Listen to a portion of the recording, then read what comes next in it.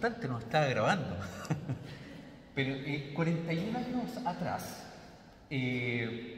a mí me pasó que con un amigo, tenía 14 años de edad, fuimos a probarnos al Deportes Concepción, el club de fútbol de la primera división en aquel entonces de Concepción. Nos fuimos a probar. Yo, como todo un canchero, me sentía pero súper bien. Vi a los demás que estaban ahí compitiendo por los cupos que habían y los miraba y no tienen ni físico, y yo era un cabro de 14 años, pero no importa, yo me sentía superior. Entramos a la cancha, parecían verdaderos aviones y yo me sentía en cámara lenta. Bueno, gran sorpresa, bueno, al final, obviamente, quedé, a duras penas, pero quedé. Entonces, ese ambiente que uno tiene y que se lo forma por A, B o C motivo, por la sociedad, por el puesto que trabajas, por los estudios que tienes, te hacen de repente hacer alguna diferencia con las demás personas. Entonces, me hago inmediatamente una pregunta, y tal vez para ustedes también se pueden hacer estas preguntas. ¿Cuántas veces lo hemos hecho? Si es que lo hemos hecho. Pensemos para atrás y quedémonos dando vuelta un poquito en esa forma de pensar. Entonces, antes de empezar con el análisis, con el estudio de la palabra del día de hoy, que se acaba de leer, me gustaría que nos inclináramos a la oración, primero para reflexionar, pedir al Señor apertura de mente y poder atesorar la palabra del día de hoy. Oremos.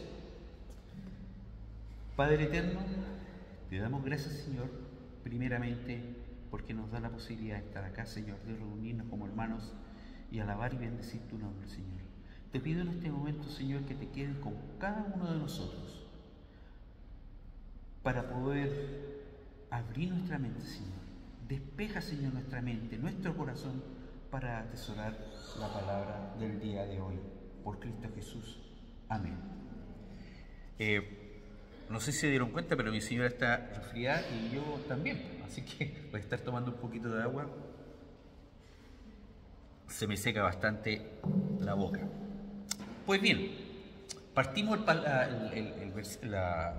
el estudio del día de hoy y partimos inmediatamente con el versículo 36. El versículo 36 lo voy a leer. Dice: uno de los fariseos invitó a Jesús a comer. Así que fue a la casa del fariseo y se sentó a la mesa. Bien escueto el versículo 36. En realidad lo que Lucas lo que quiere hacer en este pasaje es describir la situación fría que se veía en aquel momento. Jesús sabía de la situación del fariseo que lo iba a invitar a cenar para tratar de acorralarlo con algún tipo de pregunta, incomodarlo con algún tipo de pregunta o algún tipo de respuesta. Pues bien, lo que está reflejando Lucas en este momento es ese debate, y Jesús, sabiendo eso, va. Ahora, ¿a qué se debe esta animadversión que tenía el fariseo? Primero tenemos que, hace algunos versículos atrás de este pasaje, un par de versículos atrás, ya en este mismo capítulo, vemos que Jesús le reclama a los fariseos porque no reconocen al profeta Juan el Bautista. E inclusive cita en el versículo 27, cita a Malaquías 3:1 y le dice: he aquí, yo envío mi mensajero delante de tu faz, quien preparará tu camino delante de ti. Todos los que estaban ahí lo reconocieron como una persona y como una justicia de Dios. Por lo tanto, se bautizaron. No obstante, los fariseos y maestros de la ley que estaban ahí no lo hicieron, desobedeciendo en este caso los propósitos o rechazando los propósitos del Señor. Entonces ya había un conflicto ahí, hace poquito, en la misma tarde podría decirse. También en este mismo capítulo, perdón, en este mismo libro, en el capítulo 5, o sea, 2 capítulos anteriores, Jesús había sanado a un paralítico y había dicho: tus pecados son perdonados. Y los fariseos dijeron inmediatamente: blasfemo. Ya lo habían catalogado como blasfemo. Él no podía hacer eso, solo Dios perdonaba los pecados. Así que era un blasfemo, lo condenaron. Y si nosotros vamos al libro de Lucas también, en el capítulo 20, Lucas en el capítulo 20, ¿ya? Vemos una parábola de lo que son los agricultores malvados. Esta parábola también está en Marcos 12 y en Mateo 21. En donde lo que quiere mostrar Jesús en esa parábola es que en la antigüedad, en toda la historia, todos los profetas que Dios ha enviado, el pueblo de Israel y los fariseos lo han rechazado. Todos, ya sea los expulsaron, los golpearon e inclusive la parábola dice, envió a su hijo, Jesús. Y la parábola dice que lo mataron. O sea, su animadversión viene ya, es ya histórica. Entonces, vemos la situación y podemos entender qué es lo que está pasando ahí. Aquí vemos, en este pequeño pasaje, estamos viendo la situación de los fariseos, cómo actúan. Y ahora vamos a pasar, en los versículos del 37 al 39, la versión opuesta. Lo que es una mujer, ¿ya? Que,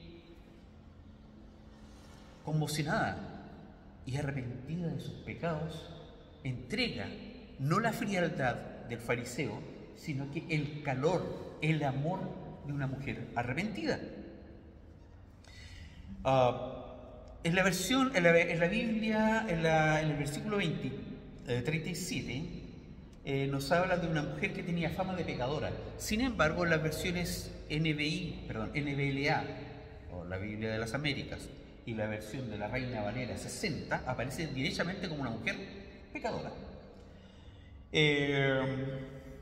Entonces, era una mujer que, si bien el pasaje no dice quién era, se asumía que era una prostituta por su fama de pecadora. Pues bien, ella supo de qué es lo que estaba pasando y, como decimos un buen chileno, pescó sus pinchas y se fue a donde estaba la casa del fariseo, donde estaba Jesús, en la casa del fariseo. Sus pinchas correspondían en un jarro de alabastro que estaba lleno de un perfume. El alabastro es una piedra semejante al mármol que venía de las canteras de Egipto, muy costosa, muy hermosa, y tenía un perfume que comúnmente usaban las mujeres, el perfume.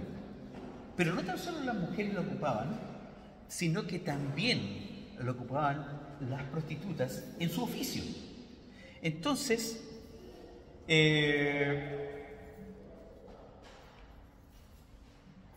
como estamos viendo, dice que inmediatamente va a la casa.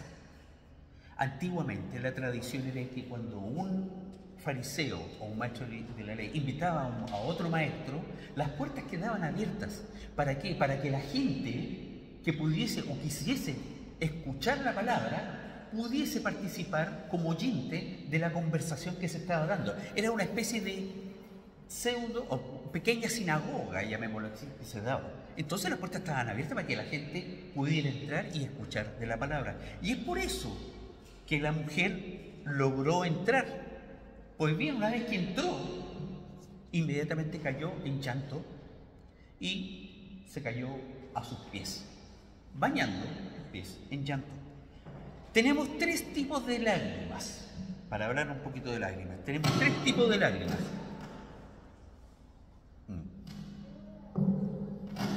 Tenemos las lágrimas basales. Las lágrimas basales son aquellas que sirven para humectar el ojo, ¿no es cierto? Lubricarlo. Las tenemos a cada rato. Tenemos también las lágrimas que son reflejas, esas lágrimas que te aparecen cuando un objeto extraño entra al ojo o una sustancia extraña entra al ojo y te sirve para limpiar el ojo. Y tenemos las lágrimas emocionales, que nacen de una respuesta o un sentimiento, que pueden ser alegría, miedo, ira, impotencia, rabia, frustración o tristeza. Quiero que pensemos nosotros, quiero invitarlo a cada uno de ustedes en pensar cuántas veces o en qué momento ustedes han llorado a mares. Identifiquen esa posición, ese momento. ¿Por qué lloraron a mares? Un llanto pero descontrolado, lágrimas cayendo como cascadas. Yo creo que todos hemos tenido ese tipo de llanto. Les puedo decir que casi con certeza matemática que eso ha sido por sufrimiento, por alguna pérdida, alguna tristeza. Entonces un dolor de una tristeza. Entonces ahora, tal vez podríamos pensar, ¿por qué esa mujer llegó a lavar los pies de Jesús con sus lágrimas? Los limpió con sus cabellos, los besó y los perfumó. Ahora, quiero invitarlos a pensar, o quiero invitarlos más que ello, quiero invitarlos a viajar imaginariamente en una máquina del tiempo y viajar todos 2000 años atrás y colocarlos en esa posición, y todos los que estamos acá mirar por la ventana de esa casa qué es lo que está pasando en ese momento. Viajemos con nuestra mente tiempo atrás en esta máquina del tiempo y veamos lo siguiente. ¿Qué nos encontramos? Una mujer que está con sus lágrimas, está lavando los pies de Jesús. ¿Qué es lo que era eso? ¿O qué es lo que es eso en aquel momento? Lavar los pies era una labor destinada a la servidumbre o a la esclavitud. Hacer eso es menoscabarse, llamémoslo así en sentido de estatus social. Es rebajarse dentro de lo que significa el estatus social. ¿No es cierto? Hacerse, entre comillas, como esclavo. Disminuirse ante el que está presente. Segundo, se soltó el pelo para secar los pies. Pero en aquel momento, en el momento que en este momento estamos ahí, eso significa una mujer que se suelta el pelo es simplemente menoscabarse ella como mujer. Por Dios, una mujer que se está secando el pelo se está ninguneando ella. O sea, tenemos algo moral. Primeramente tenemos algo social. Ahora tenemos algo moral. Ella se está menoscabando como mujer al soltarse el pelo de acuerdo a las tradiciones en ese momento. Pues bien, besa los pies del maestro. Lo que está haciendo es inconcebible. Una mujer pecadora que bese los pies de un maestro. Entonces, no puede hacerlo. O sea, más es irreverente, por decirlo de alguna forma. Y lo perfuma. Y ocupa su perfume más encima con el que ejerce su oficio. Perdónenme, pero es algo totalmente de golpe. Y si inmediatamente miramos de esta ventana que estamos viendo, vemos la cara del fariseo, ya podemos ver y podemos imaginar su cara desencajada con toda esta situación que está viendo. Él está pensando, en ese momento, está pensando que realmente Jesús no es un profeta, porque él debió, como profeta, no aceptaría o debería rechazar lo que está pasando en aquel momento. Que ella está haciendo eso, debería ser rechazado. Para la sociedad en aquel momento, un fariseo, un maestro de la ley, no podían acercarse a pecadores porque podían ser contaminados, y menos tener una relación, algún tipo de relación, con una prostituta. Era terrible, no se podía hacer. Entonces, el pensamiento del fariseo era, ¿por qué? ¿Por qué Jesús hace eso? Este no es un profeta. Yo vengo a escuchar a un profeta que supuestamente me viene a enseñar algo que yo no sé, como maestro de la ley, algo que yo no sé. Sin embargo, ni siquiera él sabe quién es la que tiene presente. O sea, totalmente cuestionado o cuestionando a Jesús. Esto, obviamente, genera inmediatamente la respuesta de Jesús. Él inmediatamente, viendo su cara, ya sabe y ya sabía su pensamiento. Entonces empieza con lo que es la parábola de los dos deudores. Un deudor debía 50 denarios o 50 piezas de plata o monedas de plata. El otro debía 500 monedas de plata o 500 denarios, dependiendo de la versión de la Biblia. Pues bien, haciendo un poquito de estudio, y ahí que estamos viendo todavía en la ventanita, vemos cuánto es lo que gana una persona normal allá. Eran 25 piezas de plata, era un salario normal de una persona mensual. Por lo tanto, el que debía 50 debía 2 meses de sueldo, y el que debía 500 debía 20 meses. ¿Ok?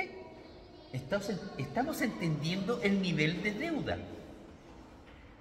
Pero nosotros, como estamos allá, en un tiempo totalmente distinto al tiempo de actual, veamos o llevemos eso a este valor que tenemos actual, que son los pesos chilenos, que es lo que nosotros manejamos. Actualmente, de acuerdo al Instituto Aline, en el año 2024, el sueldo promedio de los trabajadores fue de 850.000 pesos. Para efectos matemáticos, ¿les parece que lo dejemos en 1 millón? Es para hacerlo sencillo y poder entender a números redondos. Entonces, el que debía 2 sueldos significa que debía 2 millones. Y el que debía 20 sueldos, estamos hablando que debía 20 millones. Entonces podemos entender ahora el valor monetario que debía cada uno. Ahora, ¿qué es lo que pasa si el acreedor de cada uno de nosotros nos perdonara los 2 millones? Yo en lo personal lo invito a un completo y una bebida. Así de sencillo.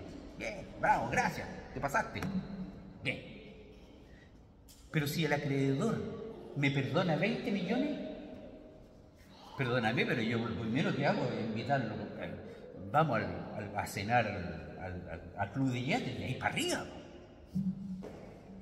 Si se fijan, nosotros inmediatamente, dependiendo de la deuda, tal vez condicionamos nuestra reacción. Y pues bien, Jesús le preguntó a Simón, el fariseo, en todo caso, entre comillas, Simón es un nombre muy usual en la Biblia, así que lo van a escuchar varias veces. Por eso es bueno decir quién era Simón. Simón el fariseo, Simón Pedro, Simón leproso. Entonces, bueno, eso. En este caso, Simón, el fariseo, le contestó: el que más debe. Pues bien, la respuesta es correcta. Y En este caso, Jesús vuelve la parábola a los dos participantes que habían ahí. Sin duda había más gente, inclusive estábamos nosotros frente a la ventana. Jesús vuelve a los dos participantes, al fariseo y a la mujer. Entonces, dirigiéndose a la mujer, le dice: mira lo que ha hecho esta mujer, el gesto de amor que ha tenido ella. Ella lavó mis pies con sus lágrimas, y tú ni siquiera me ofreciste agua para lavar mis pies. Lavar los pies era una tradición de limpieza. Es como que cuando nosotros estamos trabajando y en la casa de un amigo, ¿no es cierto?, y nos invita el dueño de casa o su esposa, le dicen: ya, pasemos la mesa a almorzar. Lo primero que le dicen: ahí está el baño, lávense, para sentarse a la mesa con las manos limpias. Un gesto de amabilidad. Pues bien, el fariseo ni siquiera hizo eso. La mujer secó los pies con sus pelos, con sus cabellos. Él no le ofreció nada. Segundo, la mujer no paró de besarle los pies. Y el fariseo ni siquiera le dio un beso de bienvenida, un beso que era tradicional, gesto de amabilidad para todo aquel que visita su casa y sobre todo entregar lo que es a la palabra del Señor. Ni siquiera hizo eso. Y la mujer estuvo besando los pies todo el rato. Después le dice: la mujer me perfumó los pies y tú no fuiste ni siquiera capaz de ungirme con aceite de oliva. El aceite de oliva se ocupaba para bendecir a los enfermos en aquel tiempo, pero también un gesto de hospitalidad para quien era la visita, un gesto de bendición para ellos. Y por lo demás, el aceite era mucho más barato que el perfume. Ni siquiera fue capaz de hacer ese gesto. No hizo nada. La mujer hizo todo lo que debió haber hecho. Entonces, al mismo tiempo, le dice: esta mujer está con una carga de pecados muy alta. Y por su gran amor que ha tenido, sus pecados se han perdonado. A mí me costó un poquito entender esta parte del amor se han perdonado. No es porque está claro, es por los tiempos. Yo siempre fui porro el lenguaje, en castellano en aquel tiempo. Entonces, el pretérito perfecto, ¿ya?, de este tiempo es que ya no es que se esté perdonando en el momento, sino que ya se habían perdonado. Porque Jesús conocía o conoció el corazón de esta mujer antes, cuando ya estaba preparándose, de su arrepentimiento, de su amor y de su fe. Ya él ya sabía de esta mujer. Y lo que llegó ahí es simplemente, como decimos en chileno, la guinda de la torta. Y es por eso que termina diciendo: tus pecados son perdonados. De una reacción que ya pasó tiempo atrás. Entonces, los fariseos, o el fariseo Simón, que estaba en este momento mirando ahí, Simón el fariseo, que ya habían tildado a Jesús como un blasfemo, ahora se replantean nuevamente y dicen: ¿quién es realmente este que perdona los pecados? O sea, la respuesta de Jesús fue tal vez masazo o muy contundente, que te hace nuevamente tratar de encajar las piezas y ver qué es lo que está pasando. no dice directamente es un blasfemo, sino que dice, ¿quién es este que puede perdonar los pecados? Entonces, inmediatamente, Jesús en el versículo 50 dice, tu fe te ha salvado. Le dijo Jesús a la mujer, vete en paz. Entonces, tu fe, como decía anteriormente, pretérito perfecto, tu fe te ha salvado. Entonces, esto es una cadena. La fe genera amor. El amor genera arrepentimiento. El arrepentimiento genera paz. Y todo esto genera la salvación. Entonces, como ya es tiempo de regresar de nuestra máquina del tiempo al tiempo actual, porque ya es hora, volvemos ahora a la actualidad. Y nosotros podemos concluir, después de haber revisado todo este pasaje, podemos concluir, como lo conversamos el día jueves, el legalismo te hace ver una vida recta de acuerdo a las leyes que tú te autoimpusiste o que te impusieron en una determinada iglesia, o porque tu religiosidad te hizo ponerte estricto en ciertas normas, o también porque en tu iglesia has ocupado algunos cargos y que te permiten, no sé, tener el mayor protagonismo y te pueden hacer algún tipo de diferencia.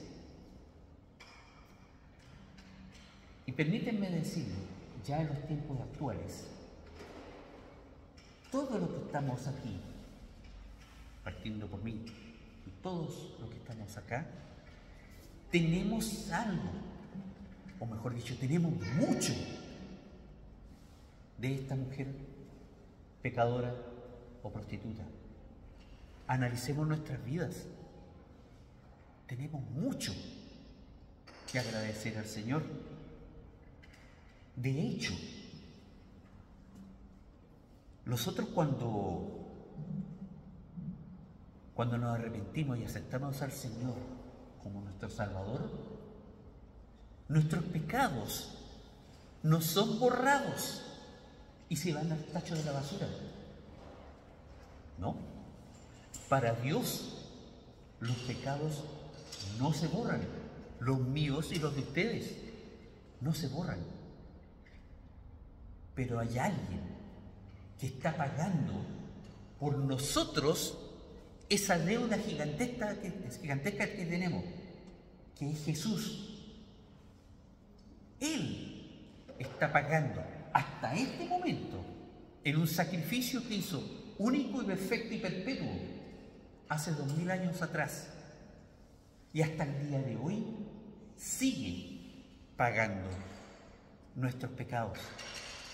Por lo tanto, hermanos, analicemos un poco, veamos quiénes somos y veamos cuán agradecidos debemos ser con el Señor, cuán amor debemos tener con el Señor que nos está salvando, que nos está limpiando, que nos está pagando nuestra deuda. Así que, hermanos, les quiero dejar como pregunta la siguiente pregunta. ¿Cómo nos vamos a amar? ¿Cómo nos vamos a amar a quien nos ha perdonado todo? ¿Cómo nos vamos a amar a quien nos ha perdonado todo? Oremos. Padre eterno, te damos infinitas gracias, Señor, porque tú enviaste a tu amado Hijo Jesús, Señor, para salvarnos, Señor. Cuán encalillados, Señor, estamos contigo. Y Jesús, Señor, está pagando todas nuestras deudas. Que 20 millones, 30, 50, 1000 millones no son nada comparado a la deuda pecaminosa que tenemos, Señor. Y que nuestro Señor, con su sangre, está pagando, Señor. Gracias, Señor, te damos, Señor. Permite, Señor, que en cada minuto seamos agradecidos de tan precioso amor, Señor, que tú nos diste, Señor, y de tan precioso amor, Señor, que Jesús ha demostrado con cada uno de nosotros, Señor. Te damos infinitas gracias, Señor, por todo ello. Por Cristo Jesús. Amén.